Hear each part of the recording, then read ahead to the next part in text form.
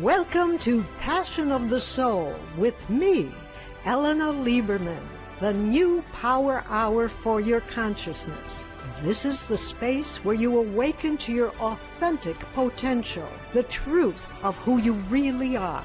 Here, we open the mind and heart and tune into the essence of the soul, the force that fuels your entire being and invites miracles into your life. Each episode inspires you to respond to the layers of potential within you and bring your unique legacy into the world.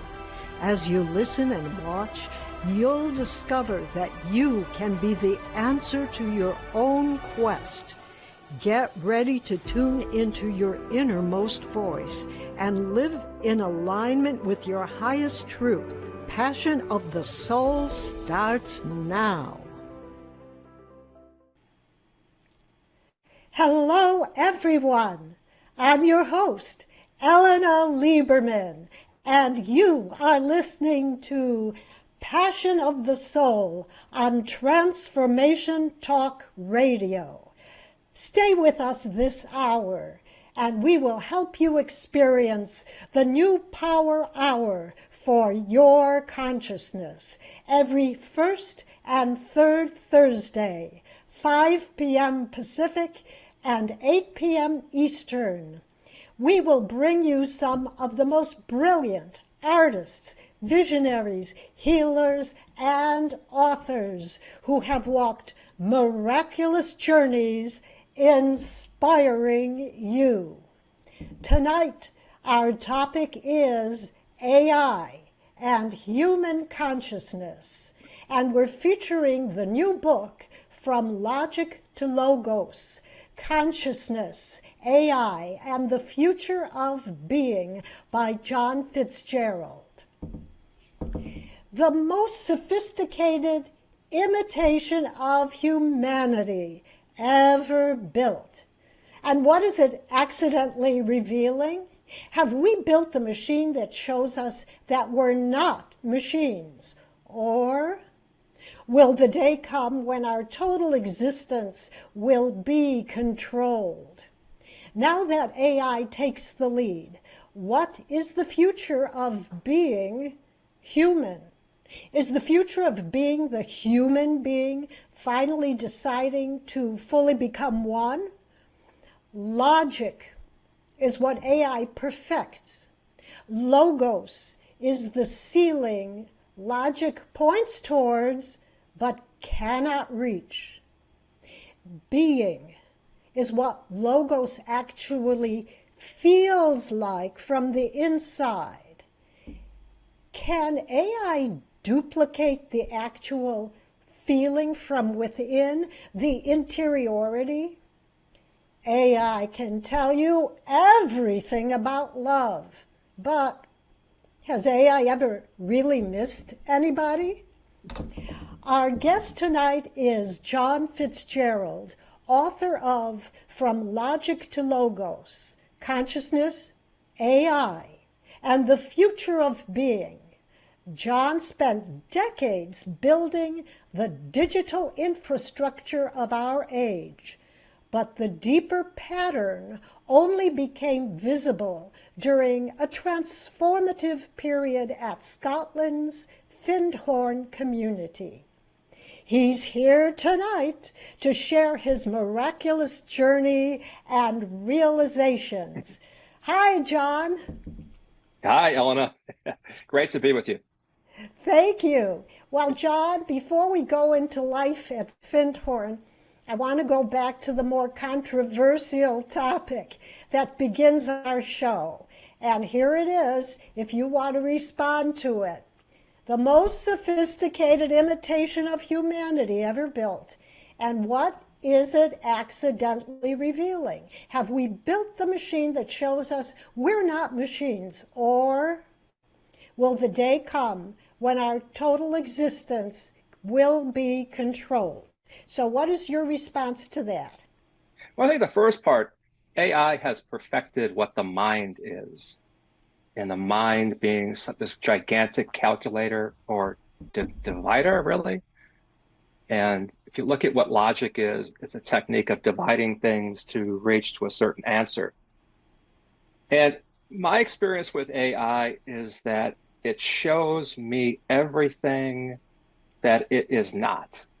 It can bang out pages and pages and pages of incredible material, but it will never understand what it is like to feel that or to reflect on that. So we're building this accelerator to really maximize what the mind is and expand the mind. And even to the point of some people want to become more like the AI and more like the machine. And I think to the final part of the question, there is a potential for two things to come out of this. One is amazing. It could simplify and maximize what it's like to live on this earth. And the other is the control grid. A lot of people are already talking about the technology is already in place for us to be controlled, and AI would be like the governor of that.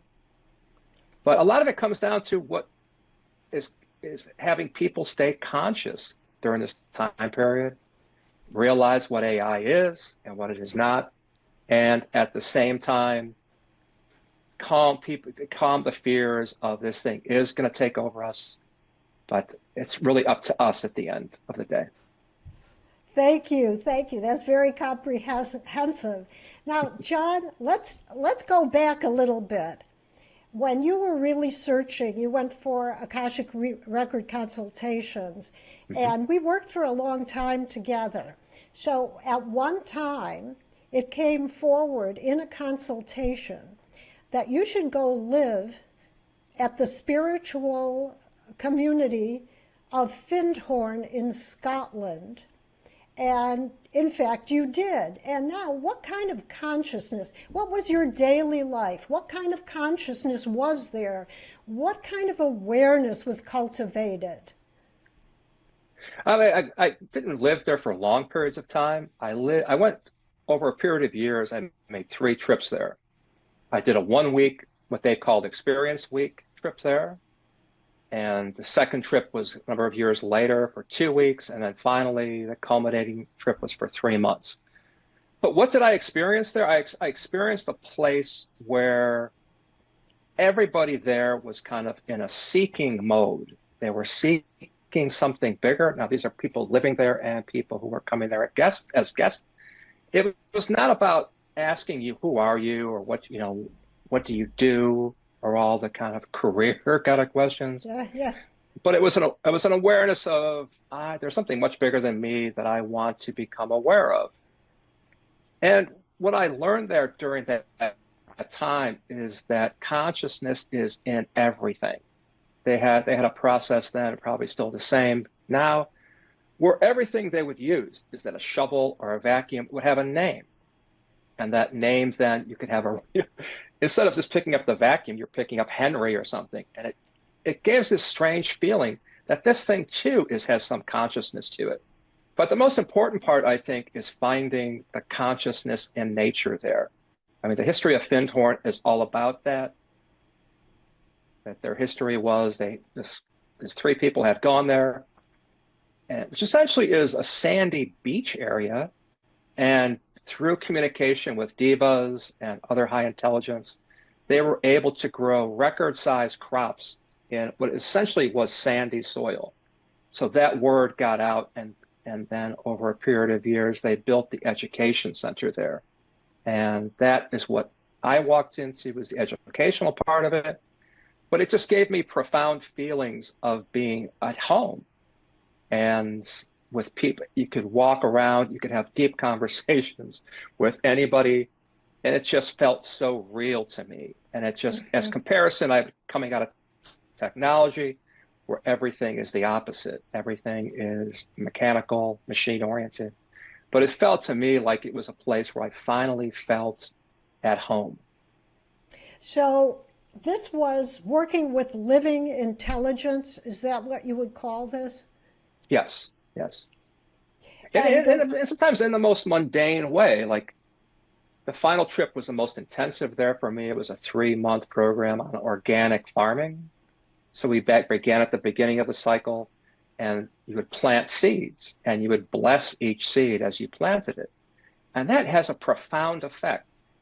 Instead of just rushing through planting the seed to get it done, you stop and you bless it because you know at the end of that season, you will be partaking in the reward of that. But it just gave this feeling of there is much bigger connection that we have to nature than what we're taught. It's a collaboration with nature in ways that made you wrote ways collaborating with nature in ways that made even the most sophisticated code that you did with the computer seem oddly mechanical. So it was so sophisticated. Yeah, because if you think about if you're dealing with the ultimate source, I mean, we think it's what's called a serial process. We think from A to B to C to D. There, it's like everything comes down at once. There's this awareness that comes. It comes out of nowhere, it seems like. But you're in, the sports people call it, you're in the zone. So you talk about events of meditating super high energy with trees, and then you go out to the towns, and they were in completely different consciousness to the way you were thinking. So what happened there? And then later you had a kind of shocking event occur. Yeah, I think there's the thing of the people there. It's just like people laugh there. You're trying to get to a meeting or something, and it could take you a half an hour to walk 100 feet because you meet people, you're talking, oh, yeah. But then if you have to go into town for any kind of shopping, it is really like everything is mechanical. People are robotic. Their shields are up. Their energy field is blocked off. And it's like a night and day experience of openness versus everything being closed down. So what was this event that you had that led you to look at something that you call extraction, economy, and response? When you had given energy to trees and then you walked off the property, what happened there? Yeah, it was at the end of this 3-month trip. And we were in kind of an old growth forest where they were harvesting trees, and you just kind of like, oh man, this is kind of this is the end cycle for this tree. And at that time I had been in technology for this is like kind of toward the end of my computer career. I've been well over 20 years in the computer industry. But I came back and I was like, okay, what am I going to do? I mean, I have all this amazing experience. I really don't want to go back into technology, but I felt some pressure to get back into tech. And I had a recruiter who was chasing after me, and he said, oh, this is a great position for you. You could fit it well, blah, blah. And I went out for the interview, and it was a company called AGI that did packaging for the music industry and for cosmetics. And they walked me through their plant, and there were these gigantic rolls of paper that they used in their manufacturing process. And I thought, this is the end cycle of that tree. And this stuff is going to be used, put on a shelf, open, then thrown away. So this whole cycle of it's just an element of the extraction economy that people are unconscious of. And it was just profound of seeing where this tree, not this tree in particular, but trees in general, wound up. Okay, hold that thought, and we're going to take a little break now. But before we do, I want everyone to get John's information. Your book is on Amazon, so go ahead, John, and give us your website or any information you want to give to listeners. Sure, thank you. It is thestorygarden.net is my website, and email is thestorygarden@tutamail.com. That's TUTAMAIL.com. And I'm Ellena Lieberman. For requests for consultations, go to www.dynamicmanifestation.com. Connect. For listeners, new listeners, we get $50 off the first hour of consultation. You're listening to Passion of the Soul with Ellena Lieberman. And when we come back, we will be discussing more about AI and the future of being. Stay tuned, and we'll be right back.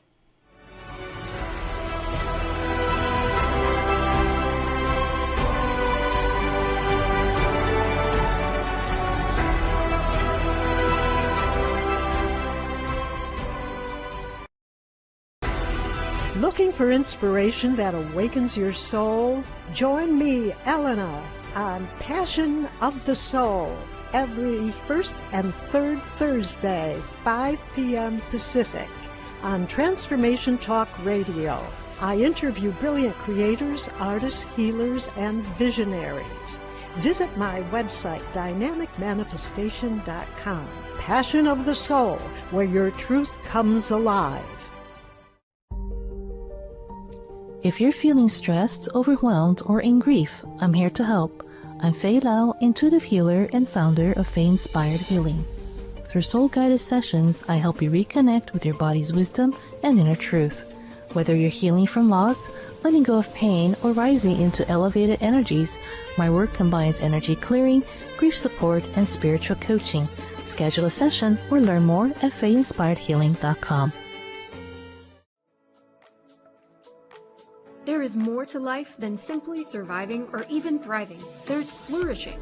High performance and quantum success coach Beth Larson helps you calibrate and elevate your life. Beth specializes in working with women who want more from their life, more energy, joy, passion, connection, and more meaning. As your coach, she will help you get clear about your life, prioritize what's important, and become a master of your energy. Visit BethLarsonCoaching.com.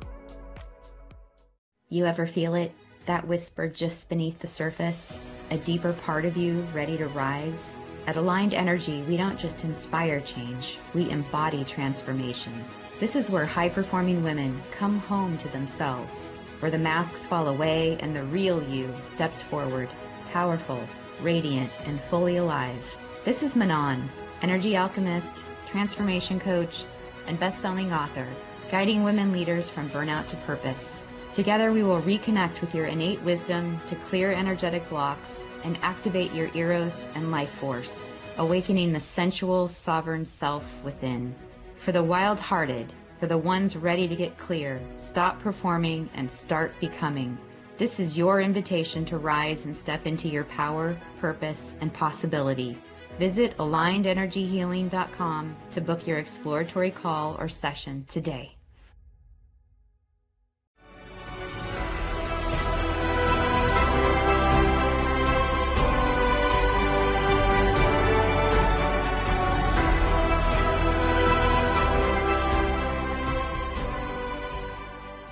We're back on Passion of the Soul with me, Ellena Lieberman. My guest tonight is John Fitzgerald, who is talking with us about his book, From Logic to Logos, Consciousness, AI, and the Future of Being. But before we continue, I want to make sure, again, that everybody has the contact information to get in touch with John. And could you please quickly give that to us now, John? Sure. My website is thestorygarden.net, and email is thestorygarden@tutamail.com, TUTAMAIL.com. And your book is available on Amazon, correct? Thank you. Okay. Yes. Okay, here's what we want to know, because you had these very deep experiences when you were in Findhorn. So let's look at the general population kind of, or what you think. What do you think people think of as consciousness? How do they describe the consciousness of a computer or AI? And what really is AI? I think the average person thinks about consciousness as I'm awake and I'm aware. That I'm not sleeping, I'm not under some kind of medication or knocked out, and I'm aware of what's going on around me. Kind of a deeper level of what is consciousness. It's this level of having self-knowledge. You're aware of the self-talk inside of yourself. There's like a third party watching inside. And I think people, there's a term called AGI, which is artificial general intelligence, which people in the technology or AI field has as their goal, that they believe AI can, with enough firepower of machinery and memory and everything else, can achieve consciousness. But the problem, as we defined before, is that consciousness needs some kind of interiority, the inside of what an experience is like. AI can create amazing stories about any topic, flying an airplane, butterflies, but it will not ever reflect on that.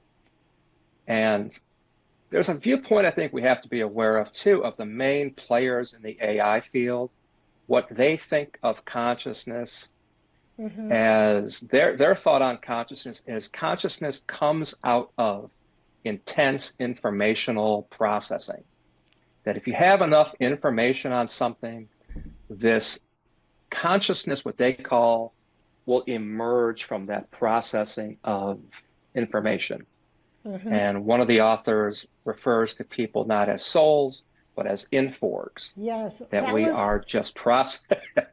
That's that Luciano Floridi. I was going to ask you about inforgs, informational organisms.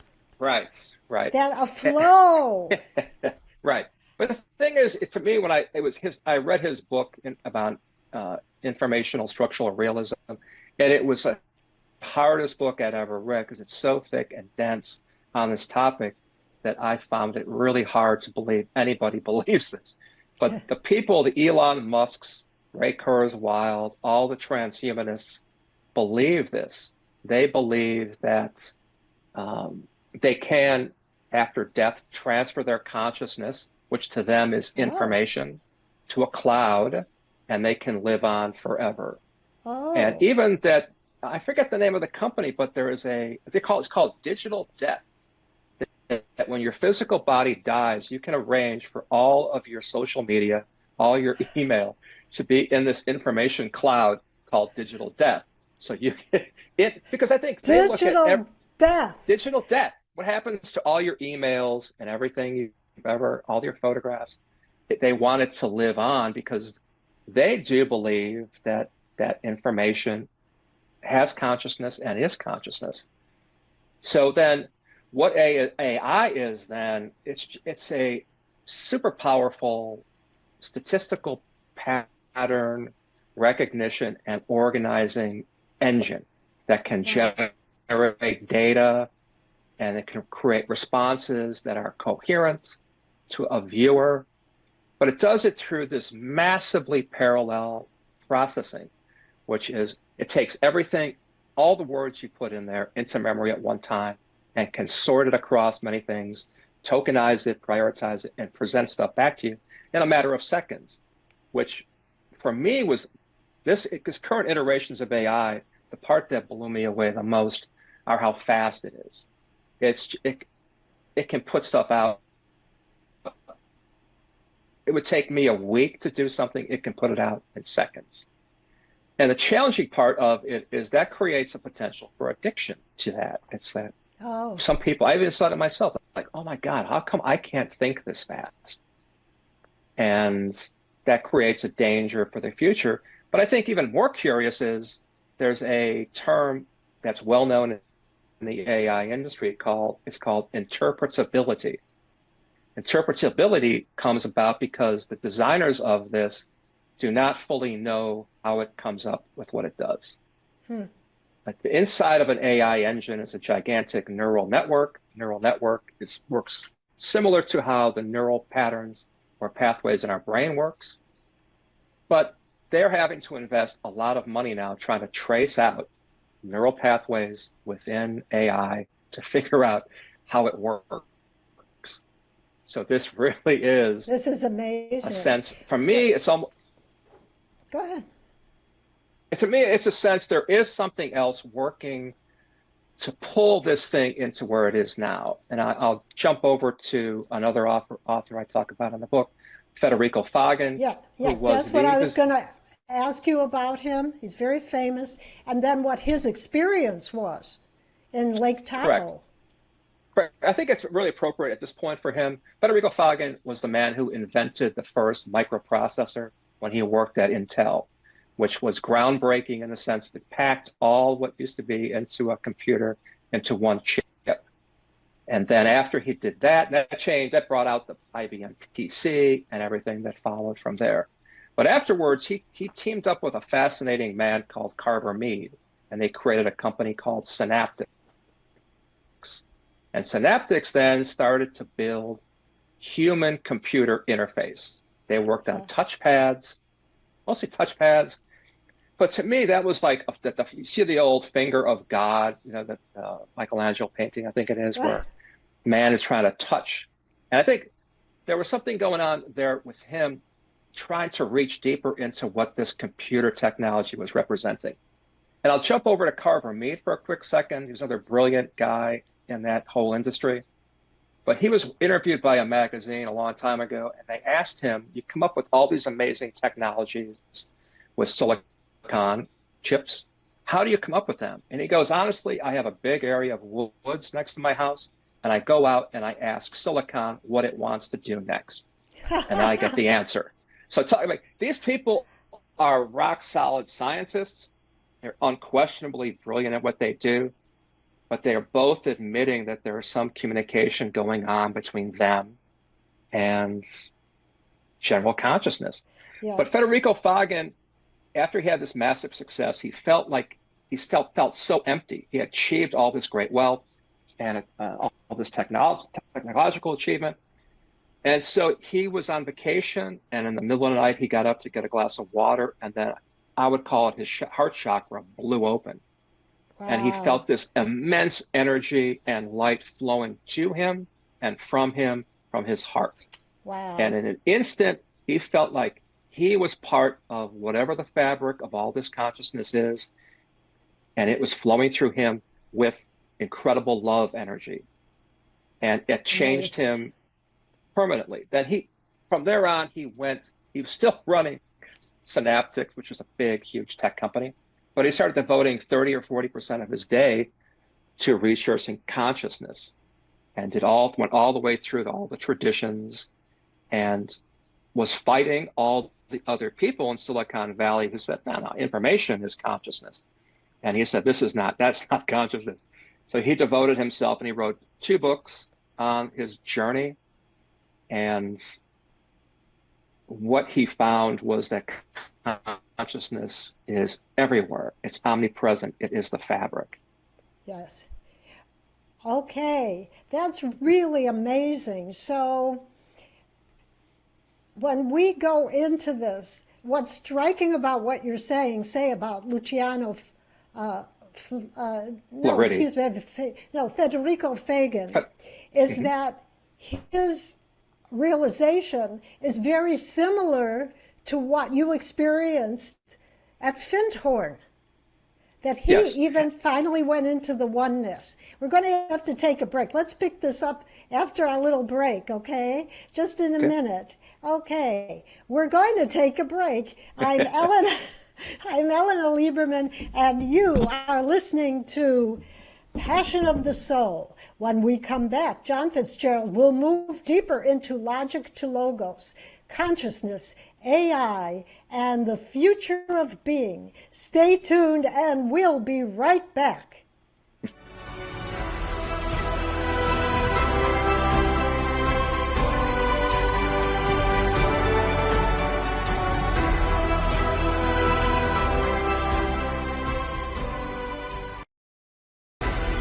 Looking for inspiration that awakens your soul? Join me, Ellena, on Passion of the Soul, every first and third Thursday, 5 p.m. Pacific, on Transformation Talk Radio. I interview brilliant creators, artists, healers, and visionaries. Visit my website, dynamicmanifestation.com. Passion of the Soul, where your truth comes alive. If you're feeling stressed, overwhelmed, or in grief, I'm here to help. I'm Fei Lao, intuitive healer and founder of Fei Inspired Healing. Through soul-guided sessions, I help you reconnect with your body's wisdom and inner truth. Whether you're healing from loss, letting go of pain, or rising into elevated energies, my work combines energy clearing, grief support, and spiritual coaching. Schedule a session or learn more at fayinspiredhealing.com. There is more to life than simply surviving or even thriving. There's flourishing. High performance and quantum success coach Beth Larson helps you calibrate and elevate your life. Beth specializes in working with women who want more from their life, more energy, joy, passion, connection, and more meaning. As your coach, she will help you get clear about your life, prioritize what's important, and become a master of your energy. Visit BethLarsonCoaching.com. You ever feel it? That whisper just beneath the surface? A deeper part of you ready to rise? At Aligned Energy, we don't just inspire change, we embody transformation. This is where high-performing women come home to themselves, where the masks fall away and the real you steps forward, powerful, radiant, and fully alive. This is Manon, energy alchemist, transformation coach, and best-selling author, guiding women leaders from burnout to purpose. Together we will reconnect with your innate wisdom to clear energetic blocks and activate your eros and life force, awakening the sensual, sovereign self within. For the wild-hearted, for the ones ready to get clear, stop performing and start becoming. This is your invitation to rise and step into your power, purpose, and possibility. Visit AlignedEnergyHealing.com to book your exploratory call or session today.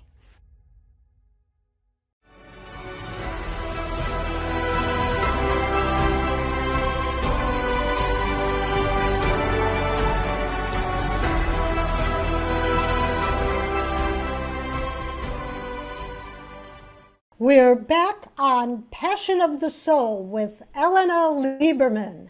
I have author John Fitzgerald discussing his book From Logic to Logos, Consciousness, AI, and the Future of Being. John, please share your contact information again for our listeners. Sure. Thank you. The website is thestorygarden.net. And email is thestorygarden@tutamail.com. That's TUTAMAIL.com. Okay, here's the controversial question of the section. What does it mean to be truly human? That's not so controversial. That's very fascinating. And the next question, can AI have a soul? I think for the what is a human, I think there's two parts to it. The old joke was, are you a human doing or are you a human being? Yeah. And I think a lot of us for our life, we spend a lot of time in the human doing. We are either doing mechanical tasks or working or doing or transiting, commuting. And then you have the human being side of it. And the definition, I went through many definitions on it. The one I landed on is human being is limitless consciousness potential that has descended into an embodied limitation. Yes. And that I also like the idea of this world as a gymnasium that tests us, crushes us sometimes, lifts us up, makes us joyful. All like it's almost like a test in some way of how we respond. There could be a karmic element in there in that gymnasium. But that's how I look at it as a human being. And the more you get into this, you look at AI. AI is the mind perfected. It is logic perfected. It is the human doing perfected. That we can give any amount of logical work that we as humans do to AI. It'll do it faster and perhaps better. Will it have a soul? No. A soul is something, for me anyway, probably a lot of definitions of what a soul is. A soul for me is what Federico Fagan called the I point, I think he called it. It's one part of universal consciousness that's unique to us, but is still part of the entirety of consciousness. So I think the soul for me then is a piece of that which has, like with the Akashic work, everything that ever did happen to us, will happen to us, is contained within that soul. Yes. The AI does not have that interiority. It does not have any connection to consciousness, unless we look at the fact that we are the ones putting AI is being created out of our consciousness. It is a tool which can be used to further our quest, but it's a fantasy. I think that these people, the pure materialists, the Musks have, that they can live forever by putting all of their information into some cloud, and that will define what they are. And that cloud becomes their soul. Yes. Now, you've used this term mirroring. Mm-hmm. What is AI mirroring? So it's in reverse. What is it showing us? Well, there was a child psychologist, his last name was Lacan, Lacan, who worked with infants and how they start to identify themselves. And it was with a mirror. They would look at themselves in the mirror and be kind of shocked at first, like, wow, it was, like the old game you play of looking in a mirror. And then, but it was also defining itself by what it is not. Like it would see, there's a plant in the mirror. I'm not the plant. Or my parents are in the mirror. I'm not my parents. So that the mirroring technique shows us both what we are not, but then also refines what we are. And AI does that perfectly. It shows everything that we are, but also what AI is not. AI, like we said before, could create the most amazing love poems, but it never has had a feeling of missing somebody, or what it is like to feel sunshine on the back of your neck on a hot summer's day. It does not have that. So the mirroring for me is just a reflection of everything it is not, but also then, who am I in this relationship with this? And, there's a bit of a joke about most people when they put prompts into an AI, they'll say, "What do you think about this?"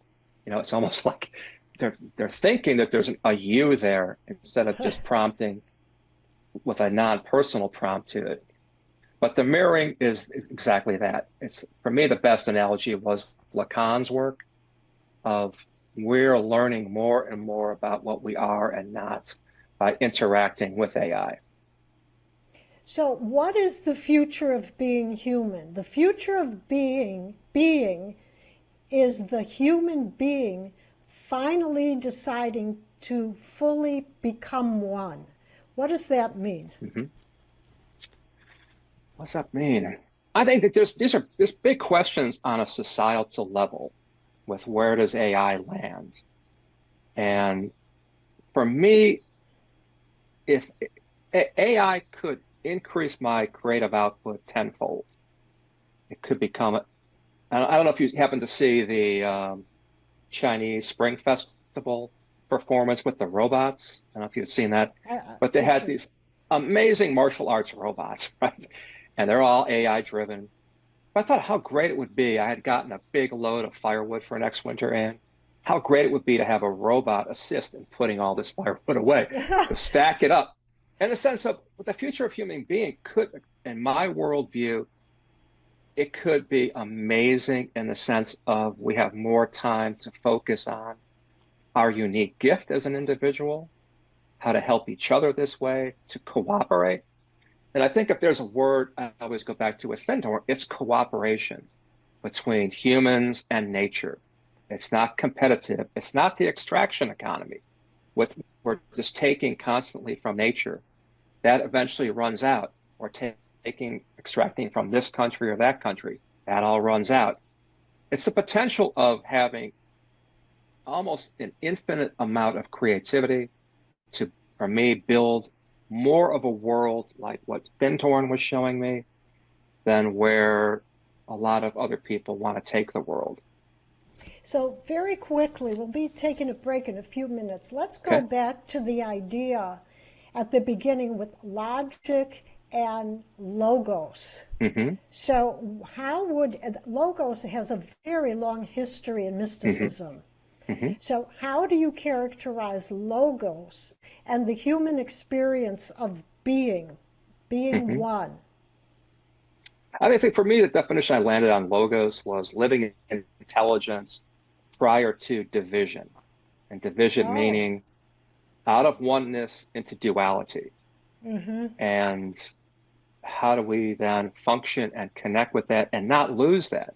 Because we're in a very enticing world of duality, and all these machines are designed to keep your attention on them. Yes. And the definition of logic really is, it's a division engine. A computer itself is a division engine. All of the functions of a computer are via division, separating this from that, analyzing. And a combination of the two, I think we're close to perfecting the logic or the mental aspect of the mind. And now the work is to become aware again of the logos and relate to ourselves, relate to nature, and relate to each other more from that perspective.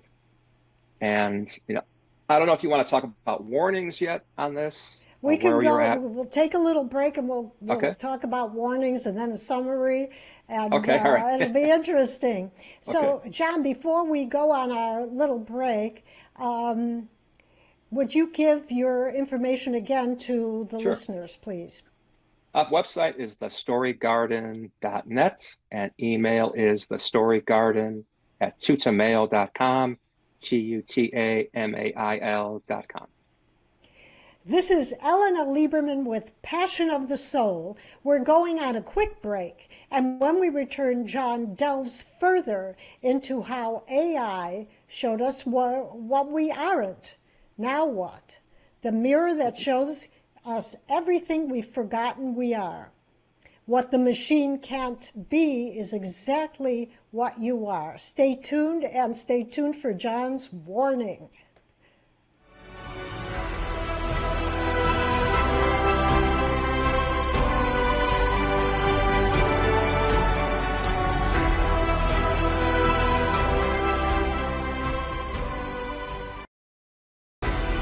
Looking for inspiration that awakens your soul? Join me, Ellena, on Passion of the Soul every first and third Thursday, 5 p.m. Pacific, on Transformation Talk Radio. I interview brilliant creators, artists, healers, and visionaries. Visit my website, dynamicmanifestation.com. Passion of the Soul, where your truth comes alive.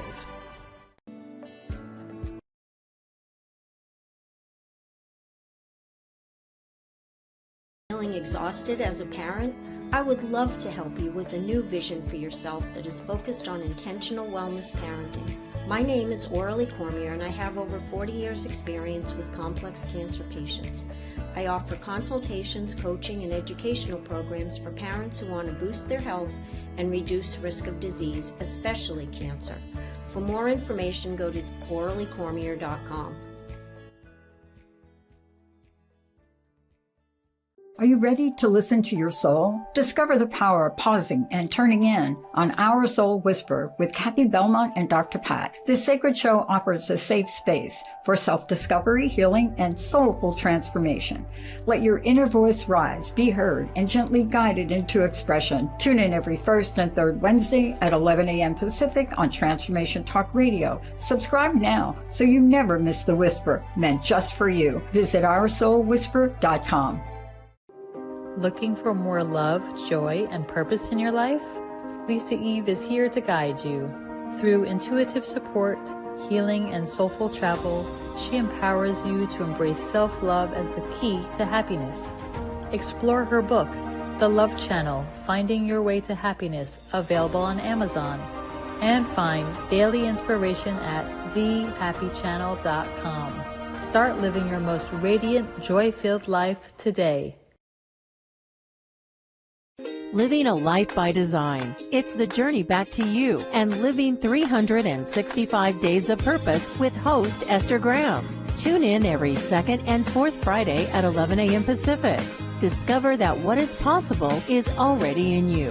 God designed a phenomenal life for you. At Living a Life by Design, Esther helps you ignite the energy behind your personal journey. For more information, visit fddwomen.com.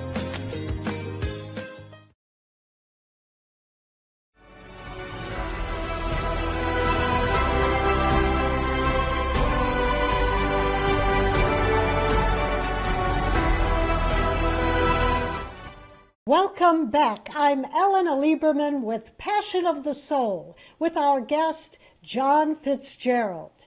If you would like to contact me for our special listeners discount of $50 for the first hour of the Akashic Record consultation or attend classes, go to www.dynamicmanifestation.com/connect. Well, John, you told me that there's a warning you want to discuss before we get to our final words. So what is the warning? Well, I think like with every technology that comes out, that has a good side and a bad side to it. I think the largest warning out there is what's called a convenience bypass. A good example of that is if you have GPS in your car. People forget how to use maps. They forget how to orient themselves because the GPS can do it. There is a potential that you could be outsourcing your capacity that makes us human to this machine. That instead of working through things yourself, people look to it for advice. But also AIs, they're well documented for hallucinating. They are so programmed to give a response that they make up stuff sometimes. And, I've caught them many times with this and they'll come back with, I'm sorry, I'll look at this differently. So there's that potential that it's too convenient. I'll have AI do it. You see it with students. I don't want to write this paper, let AI do it. The second one is a feeling I have had many times where I'm like, this thing can do this work so fast. It's like it can memorize everything. I can't do that. That's where like a guy like Elon Musk then creates a product called Neuralink, which is designed to connect your brain directly to the internet and to computers. And it's sold as a way, it can help people who've never done this before. They can see or they can do this or whatever to help that part of the brain.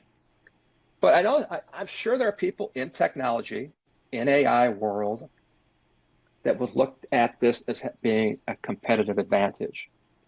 I can think like the AI. I can think 10 times faster than you, so you should pay me more.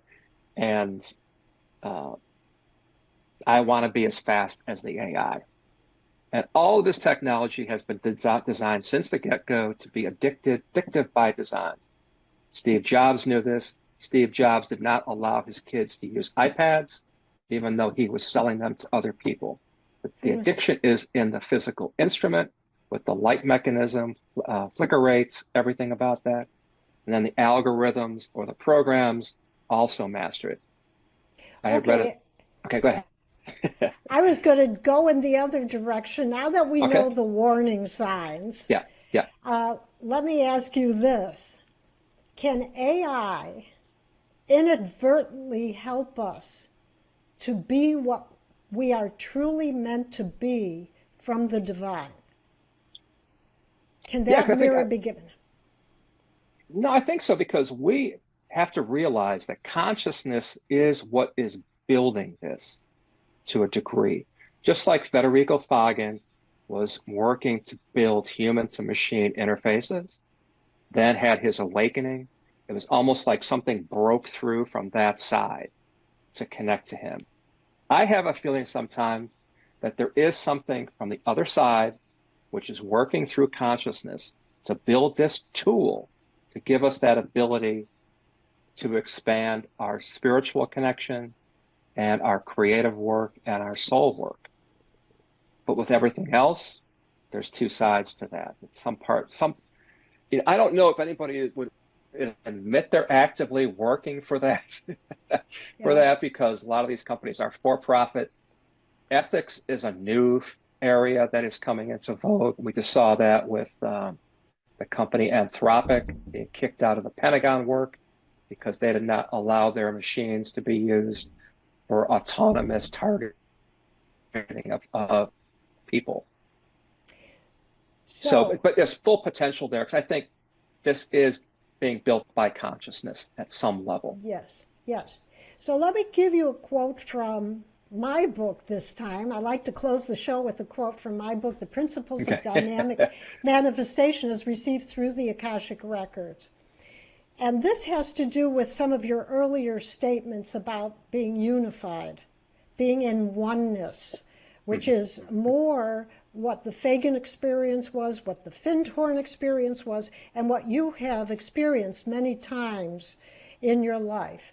The choice to truly live in one unified life that wholly elevates, creates, and moves forward and upward, honors the inner divinity, the I am.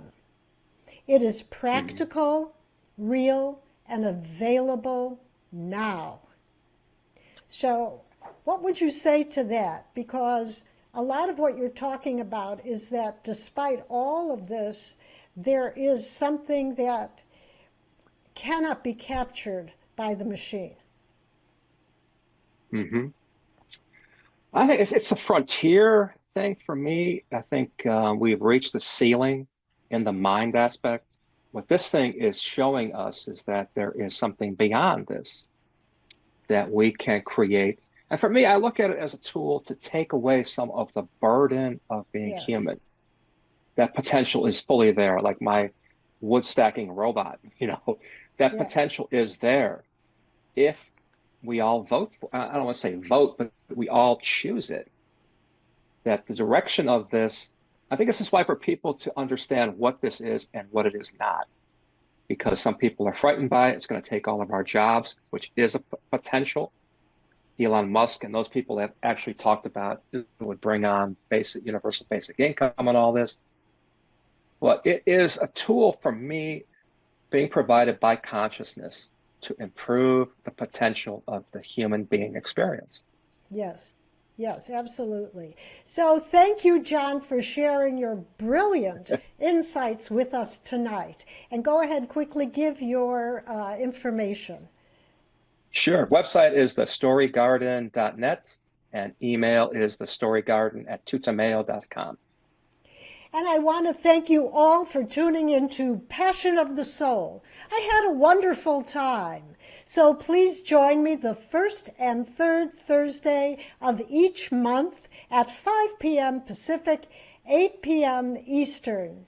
Next time, on March 19th, our guest will be Rosemary Swanson, author of the new book, Exploring the Infinity of the Akashic Records, with channeled messages from Mary Magdalene.